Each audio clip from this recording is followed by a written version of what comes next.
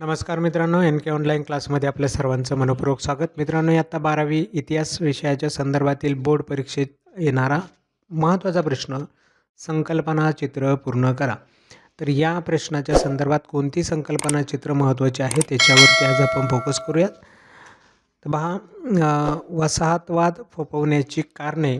जर हे प्रश्न ऑलरेडी तुम्ही दुसरीकडे केले तर संकल्पना चित्र तुमची त्यामध्येच कव्हर होऊन जातात. तरी पण आपला एकदा विचार करूयात. बोर्ड परीक्षेत विचारलेले आपण सुरुवातीला विचारात घेऊयात कसे होते प्रश्न. त्यामध्ये वसाहतवाद फोफवण्याची कारणं विचारलेली होती. एक 4 कारणं तरी, कारण 4 मार्कासाठी हे प्रश्न असतात म्हणून 4 पॉईंट तुमचे पाठ असले पाहिजेत.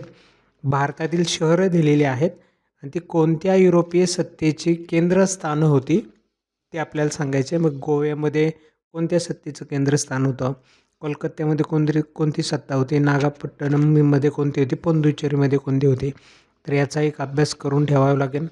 मराठी सत्तेचा विस्तार जो झाला तो घराण्यानुसार झाला ना. तर इंदोरला कोणाचं घराणं होतं, शिंद्यांचं घराणं कोणतं, नागपूरमध्ये कोणाचं घराणं होतं, गायकवाडांचं घराणं कुठं होतं, असे जे रिलेशन असलेला जो प्रश्न आहे त्याचा एक अभ्यास करा. तो नकाशामध्ये आत्ताच आपण याच्या आधीच्या व्हिडिओमध्ये पाहिला होता. त्यानंतर 1857च्या उठावातील नेत्यांची नावं, कमीत कमी 4 नेते तुम्हाला सांगता यायला पाहिजे. गोवा मुक्ती लढ्यातील कार्यकर्ते यांचीही नावं पाठ करून ठेवा. नावं आपल्याला लिहायला बरीचशी विचारली जातात. त्यानंतर सॉफ्टवेअर क्षेत्रातील भारताच्या एकूण निर्यातील वाटा वाढत आहे, त्याची कारणं काय आहेत ते 4 कारणं आपल्याला या ठिकाणी सांगायची आहेत. त्याच्यावर पण संकल्पना चित्र तयार होतं. त्यानंतर भारतातील युरोपीय वसाहती कोणत्या होत्या, त्या कमीत कमी 4 वसाहती तुम्हाला या ठिकाणी विचारले जाऊ शकतात. त्यानंतर डॉक्टर बाबासाहेब आंबेडकरांनी सुरू केलेली जे वृत्तपत्र होती त्यांची नावं, ते तुम्हाला मूकनायक वगैरे ते माहिती पाहिजे, पाठ पाहिजेत. त्यानंतर 20व्या शतकाच्या पूर्वार्धात निर्वसाहतीकरणाला चालना देणारे घटक कोणते होते, त्या घटकांची नावं. सगळीकडे मुद्दे आपल्याला 4च आहेत, कमीत कमी 4 मुद्दे तुमचे पाठ असणं अपेक्षित आहे. ब्राझीलमध्ये ब्रिक्स संघटनेतील देशांची नावं आपल्याला विचारलेली आहेत. एक दिलेलं आहे ब्राझील ब्रिक्स संघटनेतलं. अजून 4 नावं आपल्याला या ठिकाणी लिहायची आहेत. तर ब्रिक्स संघटना आणि त्याच्यातले देश हे तुम्हाला माहिती असायला हवेत.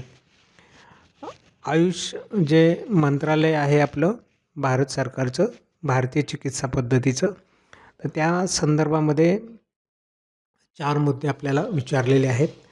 तर ते 4 मुद्दे ह्या ठिकाणी आपल्याला लिहायचे आहेत. त्यानंतर पहा, मुंबईमधील बेटे हा प्रश्न 24-25 2 वर्ष सलग विचारला गेलेला होता म्हणून महत्त्वाचा प्रश्न आहे. मुंबईमधील बेटं हे सोपे पाठ केली तुम्ही आणि सहज पाठ होऊ शकतात. काही नावं दिली जातात, काही नावं तुम्हाला लिहायला लागतील. भारतीय स्वातंत्र्यातील क्रांतिकारी संघटना यांची नावं विचारलेली आहेत. ते 4 नावं आपल्याला अपेक्षित आहेत. फ्रेंचांच्या प्रभुत्वाखाली स्वतंत्र झालेले देश कोणते, त्या देशांची नावं या ठिकाणी लिहायची आहेत. भारतातील क्रीडा क्षेत्रातील पुरस्कार हा एक महत्त्वाचा प्रश्न आहे. 25-26ला विचारला गेलेला होता 2 वर्ष. भारतातील क्रीडा क्षेत्रातील पुरस्कार. त्यानंतर सार्क संघटनेसमोरील आव्हानं बरेचसे आहेत, आपल्याला काही दिली जातात. 4 दिले, 4 आपण लिहायचे आहेत. 8 कारणं या ठिकाणी आव्हानं आहेत. भौगोलिक शोधांच्या संदर्भामध्ये शास्त्रज्ञांची नावं दिली जातात आणि त्यांनी कोणते शोध लावले ते आपल्याला लिहायचं असतं. नावं दिले तर तुम्हाला ते लिहायला लागतील. त्यानंतर एक कालगणनेच्या संदर्भातली कालमापन रेषा जी आहेत त्याच्यावरती पण एक वेळेस प्रश्न विचारला गेलेला होता. त्याच्यातले काही महत्त्वाचे घटक आहेत ते लक्षात ठेवा कालगणनेच्या संदर्भातले. तर ही कालमापन रेषे देखील तुम्हाला पाठ करायची आहे, त्याची माहिती ठेवायची आहे. ते एकंदरीत अशा पद्धतीने फार अवघड वाटत असेल तर हा प्रश्न सोडून द्या. उरलेले तुम्हाला संकल्पना चित्र पूर्ण करता येतील. असे जर अभ्यास केला तर मग ह्या रेषेचा फारसा काही तुम्हाला प्रॉब्लेम येणार नाही. अवघड वाटत असेल तर याच्यापेक्षा बाकीची संकल्पना चित्र तुम्ही परफेक्ट करून ठेवा. तर मित्रांनो, अशा पद्धतीने ही संकल्पना चित्र बोर्ड परीक्षेला विचारली जाऊ शकतात. यांचा अभ्यास तुम्हाला करायचा आहे. तर चला मित्रांनो, आजचा व्हिडिओ या ठिकाणी थांबूया. भेटूया पुढच्या नवीन व्हिडिओमध्ये. इतर राहिलेल्या प्रश्नांच्या संदर्भातल्या माहितीसोबत. तोपर्यंत नमस्कार.